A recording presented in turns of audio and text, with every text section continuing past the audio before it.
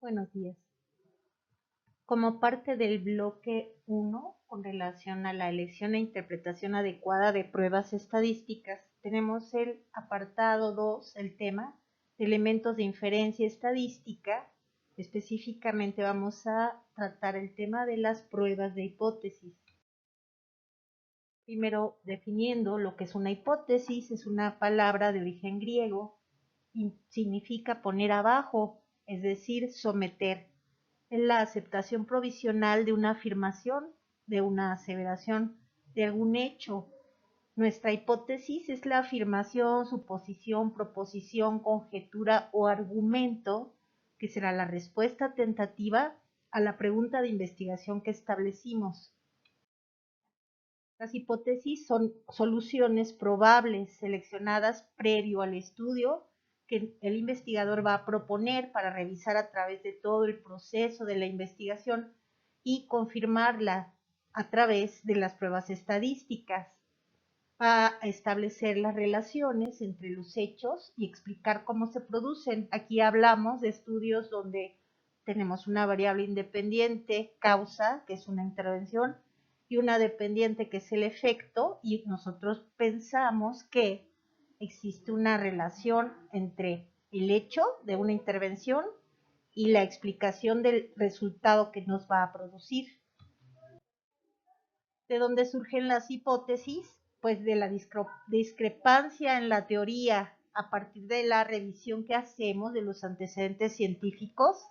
En el marco teórico podemos identificar diversos puntos de vista de los autores, teorías vigentes y en desarrollo, y podemos hablar tal vez de puntos de vista divergentes de los distintos autores y surgirá nuestra hipótesis. También va a surgir del planteamiento del problema, como ya habíamos comentado, de la pregunta o preguntas de investigación que establezcamos, donde haya sobre todo esta relación de causalidad, o si nosotros hemos identificado alguna tendencia en estudios previos y queremos rectificar o corroborar si realmente existe esa tendencia de un fenómeno determinado.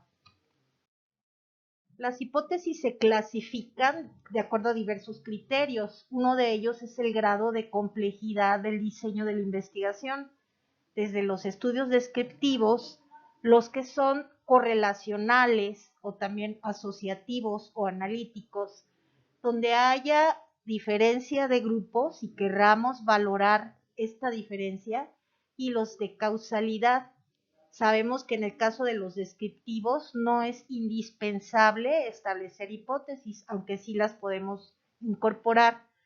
Para los otros estudios correlacionales de diferencia de grupos o de causalidad, hay que establecer hipótesis de investigación, donde podamos ver la relación entre variables, la direccionalidad de las mismas.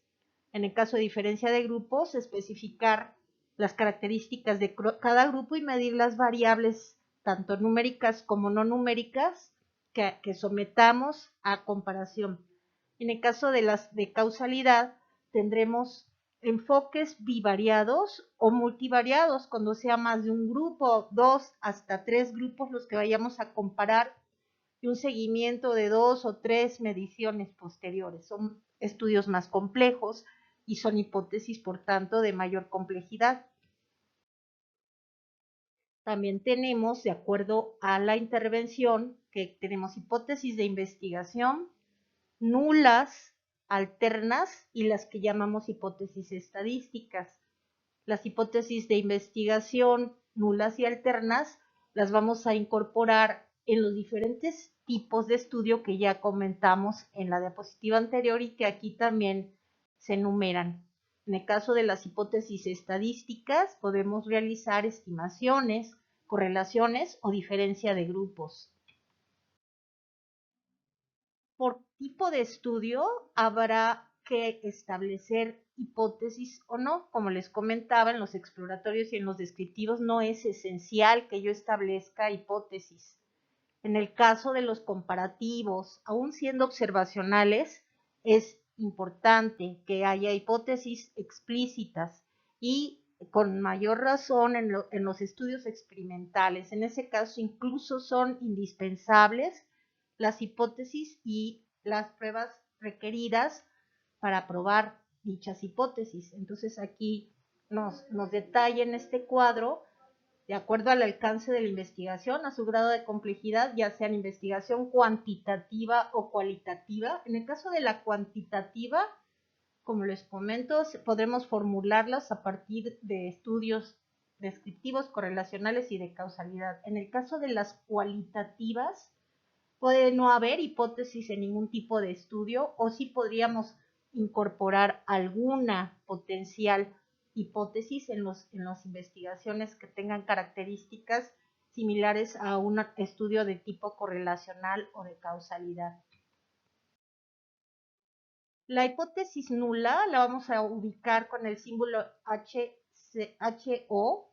Va a ser una proposición que niegue la relación entre las variables, es decir, la media de un grupo es igual a la media del otro grupo, no hay diferencia entre los grupos, son iguales. En el caso de las hipótesis alternativas, las podemos encontrar como H1 o HI y HA, que es alternativa. Lo propuesto a la nula, aquí nos va a decir que existen diferencias, que puede ser mayor, que puede ser menor, pero que es diferente que el caso de la hipótesis nula. Eso es lo que queremos ver a través de la investigación. Y las hipótesis de trabajo es lo que yo voy a probar, es las que yo puedo narrar de esa manera o describir de esa manera, y es lo que voy a demostrar a través de la investigación. Algunos ejemplos de hipótesis, de una hipótesis de investigación: el candidato A obtendrá en la elección a la presidencia entre 50 y 60% de la votación. En el caso del candidato B, no obtendrá en la elección esa votación. No va a haber alguna diferencia en la votación entre un candidato u otro. La estadística inferencial, ¿qué relación tiene con el tema de la hipótesis? Va a ser la manera en que voy a probar las hipótesis, y serán todos los métodos que yo voy a llevar a cabo para obtener conclusiones acerca de una muestra a partir de una población. Va a ser las estimaciones de lo que sucederá en la población de la que procede una muestra, que tendrá que ser representativa, un tamaño de muestra representativo, y que sea aleatorizado, preferentemente un muestreo probabilístico aleatorio, donde todos los integrantes de la población tengan la misma posibilidad de ser incluidos en la investigación a través del muestreo. De la muestra es de donde llevamos a cabo la estadística inferencial, para inferir lo que encontremos en el resto de la población. Vamos a inferir que lo que ocurre en mi muestra puede ocurrir en el resto de la población, y tendré casi la certeza de que es así. Sin embargo, pueden ocurrir errores en la prueba de hipótesis, que se clasifican en errores tipo 1 y errores tipo 2.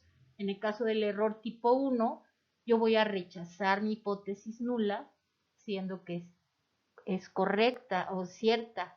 Se le conoce como alfa y tiene que ver con nivel de significancia. Y el error tipo 2 es que yo no rechazo una hipótesis nula, pero esta es falsa. Aquí la ubicamos como beta y es la potencia de una prueba estadística. Para contrastar las hipótesis, en primer lugar vamos a establecerlas. ¿Qué hipótesis vamos a plantear explícitamente a partir de mi estudio? Vamos a elegir nosotros el nivel de significancia y el estadístico a probar o a utilizar, de acuerdo al tipo de variables y el tipo de diseño que vamos a llevar a cabo, de acuerdo a las escalas de medición, etc. Vamos a determinar zona de rechazo y establecer nuestra regla de decisión, y calcular el valor de nuestro estadístico. Esto para prácticamente todas las pruebas de estadística inferencial son los pasos que vamos a llevar a cabo. Y vamos a encontrar, ya que tengamos un resultado determinado, por ejemplo, aquí tenemos un resultado de una prueba Z de menos 0.38, y lo vamos a ubicar en el área bajo la curva. Tenemos ahí cuál es la región de rechazo. Si la prueba cae en esta zona, rechazamos la hipótesis nula. Y si cae en una región de aceptación, si el resultado de la prueba cae en esa región, no se rechaza la hipótesis nula. Gracias.